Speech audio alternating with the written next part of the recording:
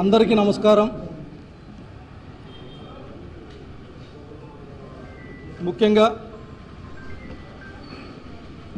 కూటమి ప్రభుత్వం ఏర్పడినప్పటి నుంచి ఈ రాష్ట్రంలో జరుగుతున్నటువంటి పరిణామాలు కావచ్చు, ప్రభుత్వం యొక్క ఆలోచన విధానం కావచ్చు,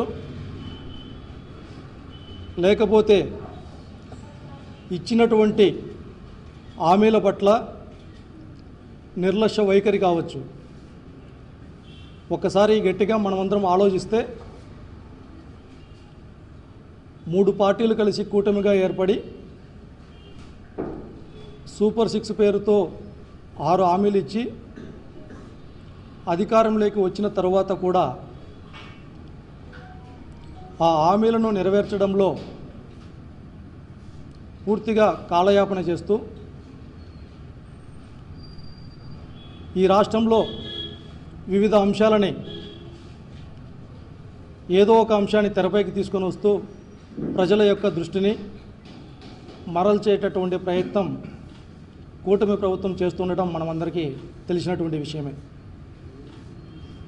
ఈ సందర్భంలో మా నాయకుడు జగన్మోహన్ రెడ్డి గారు ఇప్పటికే పలుమార్లు పలు సందర్భాలలో వివిధ రకాలుగా ప్రజల పక్షాన ప్రభుత్వాన్ని ప్రశ్నిస్తూ ఉండటాన్ని కూడా మనం చూస్తూ ఉన్నాం. మరి ఇటువంటి పరిస్థితుల్లో టెక్నాలజీ పేరుతోనూ డెవలప్మెంట్ పేరుతోనూ వేగంగా ప్రపంచం మారుతున్న కొద్దీ మనకు సంబంధించినటువంటి వ్యవసాయ రంగం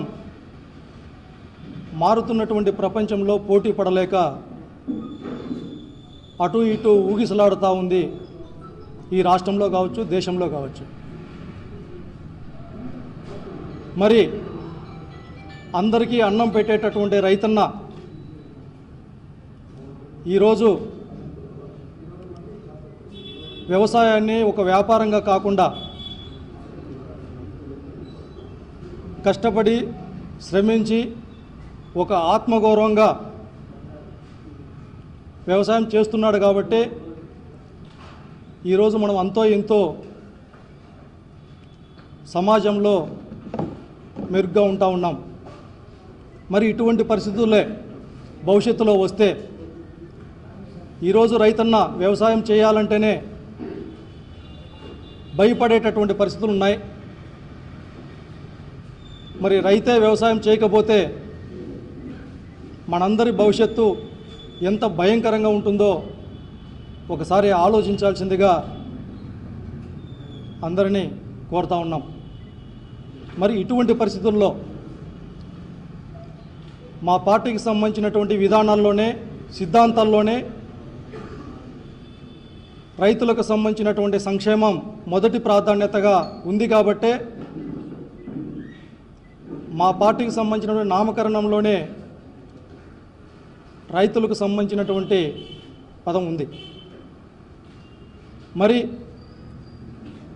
అందుకే ఈరోజు కూటమి ప్రభుత్వం రైతుల పట్ల వహిస్తున్నటువంటి నిర్లక్ష్య వైఖరి నిరసనగా మా నాయకుడు జగన్మోహన్ రెడ్డి గారి నాయకత్వంలో ఈ నెల 13వ తారీఖున రాష్ట్ర వ్యాప్తంగా అన్ని జిల్లాల్లో ర్యాలీలతో కూడుకున్నటువంటి నిరసన కార్యక్రమాలు చేస్తూ కలెక్టర్లకి వినతి పత్రాలు ఇచ్చేటటువంటి కార్యక్రమాన్ని చేపట్టడం జరిగింది. అందులో భాగంగానే అనంతపురం జిల్లా వైఎస్ఆర్ కాంగ్రెస్ పార్టీ అధ్యక్షులు అనంత వెంకటరామరెడ్డి గారి ఆధ్వర్యంలో 13వ తారీఖున స్థానిక జిల్లా పరిషత్ కార్యాలయం నుంచి ర్యాలీగా వెళ్ళి జిల్లా కలెక్టర్ గారికి కూడా వినతి పత్రం సమర్పించడం జరుగుతుంది.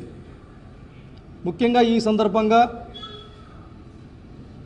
ఈ రాష్ట్ర ప్రజానీకానికి కావచ్చు, రైతాంగానికి కావచ్చు, మేధావులకు కావచ్చు, ప్రజా సంఘాల వాళ్ళకి కావచ్చు, ప్రతి ఒక్కరికి ఒకసారి గట్టిగా ఆలోచించమని విజ్ఞప్తి చేస్తూ ఉన్నాం. అందరికీ అన్నం పెట్టేటటువంటి రైతన్న బాగుంటేనే మనమందరం బాగుంటామనేసి ఒక దృఢ సంకల్పంతో రైతులకు అండగా నిలబడినటువంటి ఏకైక కుటుంబం వైఎస్ఆర్ కుటుంబం. గతంలో దివంగత నేత డాక్టర్ వైఎస్ రాజశేఖర రెడ్డి గారు ముఖ్యమంత్రిగా ఉన్నప్పుడు ఉచిత కరెంటు పథకంతో పాటు ఈ రాష్ట్రంలో ఎక్కడ లేనటువంటి విధంగా జలయజ్ఞం ద్వారా సాగునీటి ప్రాజెక్టులని అత్యధికమైనటువంటి ప్రాధాన్యతనిచ్చి రైతుల జీవితాల్లో పెనుమార్పులు తీసుకుని వచ్చినటువంటి పరిస్థితులు కూడా మనం చూశాం. ఆ తర్వాత మా నాయకుడు జగన్మోహన్ రెడ్డి గారు ముఖ్యమంత్రిగా ఉన్నప్పుడు కరోనా లాంటి సమయంలో కూడా ఇబ్బందులు ఉన్నప్పటికీ ఈ రాష్ట్రంలో దాదాపు 15,000కు పైగా గ్రామాలు ఉంటే ప్రతి గ్రామాన్ని ఒక యూనిట్గా తీసుకొని ప్రతి గ్రామంలో ఒక రైతు భరోసా కేంద్రాన్ని శాశ్వతంగా నిర్మించి దాని ద్వారా ఆ గ్రామంలో ఉన్నటువంటి ఏ రైతు కూడా తనకు సంబంధించినటువంటి సమస్యల పట్ల కానీ తనకు సంబంధించినటువంటి వసతుల పట్ల కానీ ఆ గ్రామం పొలిమేర కూడా దాటకుండానే రైతుల యొక్క గుమ్మం దగ్గరికే మౌలిక సదుపాయాలు కల్పించినటువంటి పరిస్థితులు కూడా మనం చూసాం. అదే కాదు, రైతులకు సంబంధించినటువంటి ఇచ్చినటువంటి ప్రతి ఒక్క హామీని కూడా నెరవేర్చినటువంటి పరిస్థితులు గతంలో జగన్మోహన్ రెడ్డి గారు ముఖ్యమంత్రిగా ఉన్నప్పుడు మనం అందరం చూసాం. మరి ఇవాళ ఈ రాష్ట్రంలో జరుగుతున్నటువంటి పరిణామాలను కూడా మనం చూస్తూ ఉన్నాం. ఇచ్చినటువంటి హామీలను